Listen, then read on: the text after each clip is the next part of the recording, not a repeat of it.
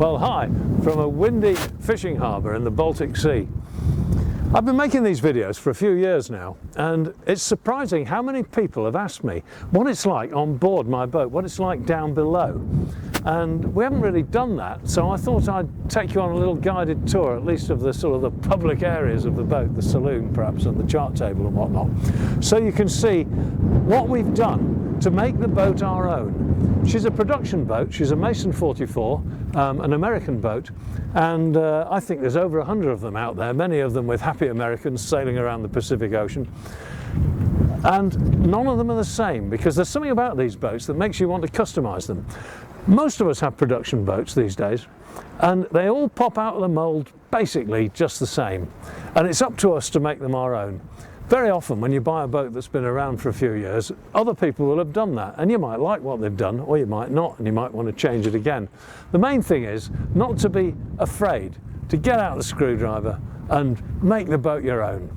So I'm going to go down below now, I'm going to sit down in the saloon, and I'll walk you through one or two of the things that we've done on here that make the boat, I think, a bit special.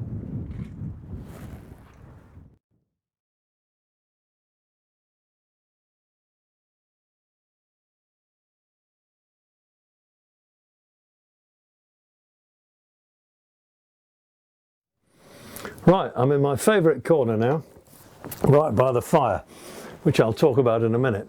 But I'm going to start by talking about the saloon table, which is the core of any boat really. The saloon is the social centre of the boat. It's so important to get it right. And some guy who's had this boat long before me has done a fabulous job on this table. He's done this beautiful marquetry on them. It's a lovely teak table and it's got lovely marquetry on it.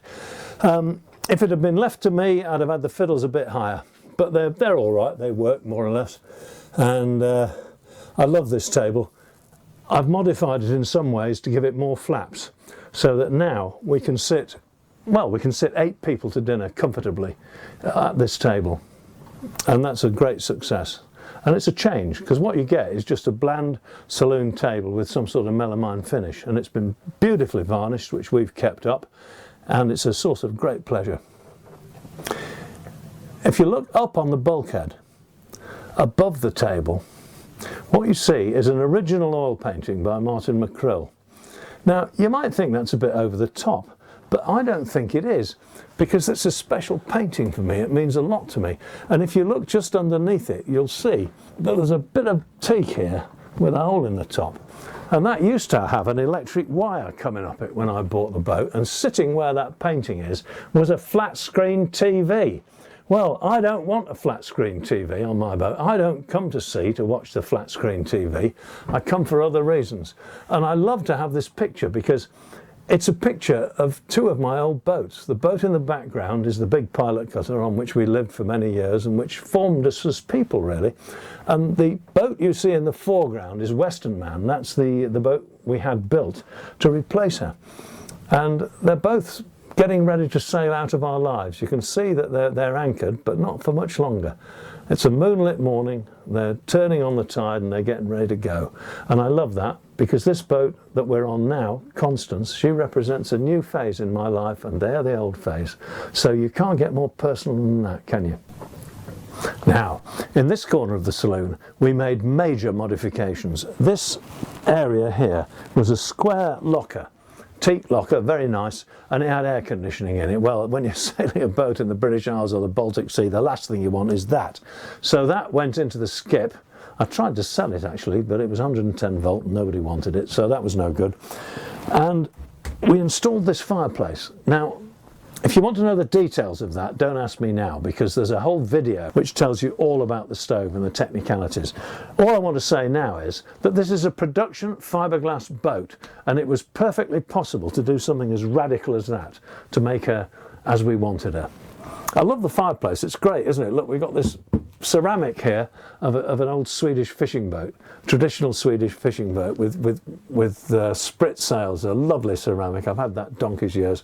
And up the top here is the Sutcliffe photograph of the ploughman and his mate, and that is just special, because that photograph has been with us since 1973, when we bought our first Colin Archer pilot cutter and went sailing. and almost never came back, really.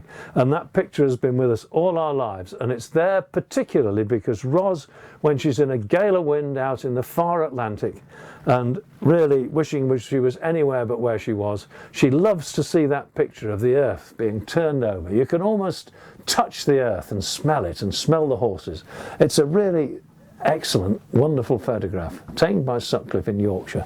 So that's been part of our lives, and it's followed us from boat to boat, even in the same frame.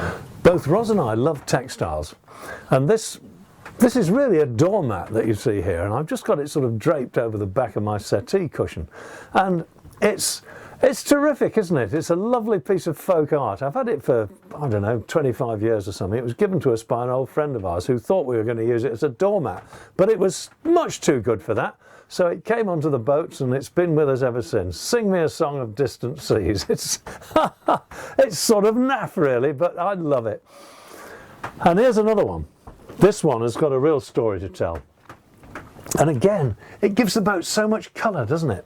This was bought in Bergen in Norway in 1983, when we were outward bound for Greenland and North America.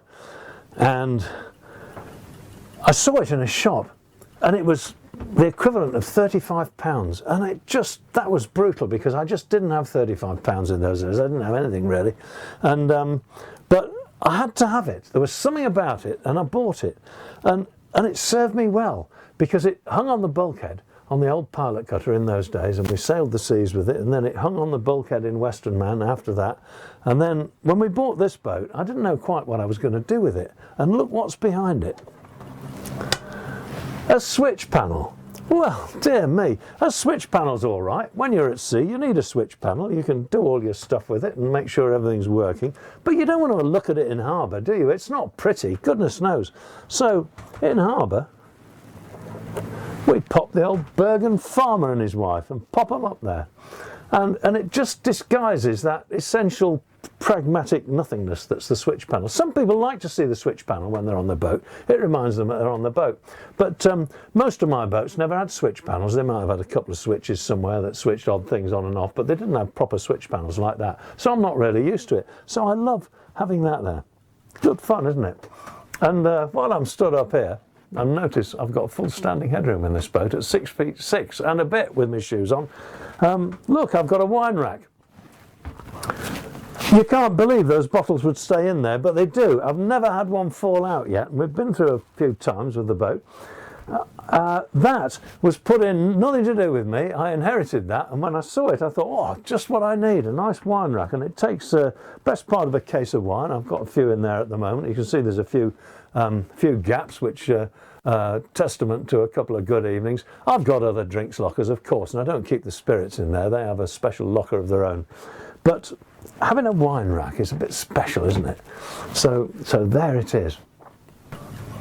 As well as the hanging, there's all sorts of stuff in my chart table that you might be interested in. But again, on my own YouTube channel, there's a whole bit about my chart table and how it works. But what I want to just mention before we go back on deck and call it a day is lighting. Lighting is vitally important on a boat. It sets the mood and it makes everything work. And when we bought the boat, she had really quite nasty little reading lights in the corner. I thought they were cheap and nasty, and they didn't work very well, and they drained the batteries. So we got rid of them, and I went to see Calibra in Bursleden, who are an excellent outfit and will do anything you need to do with lighting. And I bought these lights, and we put them in the corners of the saloon. And they're completely controllable. You can have as much or as little light as you want. We have them on most of the time, actually, because she's a little bit dark in the corners of the boat, and they just bring warmth to the teak and a little bit of colour to the cushions. You know, the cushions are lovely. We've spent money on the cushions and the curtains. And this is a sea boat. You know, we actually go to sea in this boat. We do thousands of miles every year. But there's no reason to slum it when you're in harbour. A lot of this stuff just goes away when we go to sea, but when we're in harbour we bring it out and we live in a civilised manner. So there you are. But the lighting is really important. We've got a couple of oil lamps as well, which we burn when we're having dinner.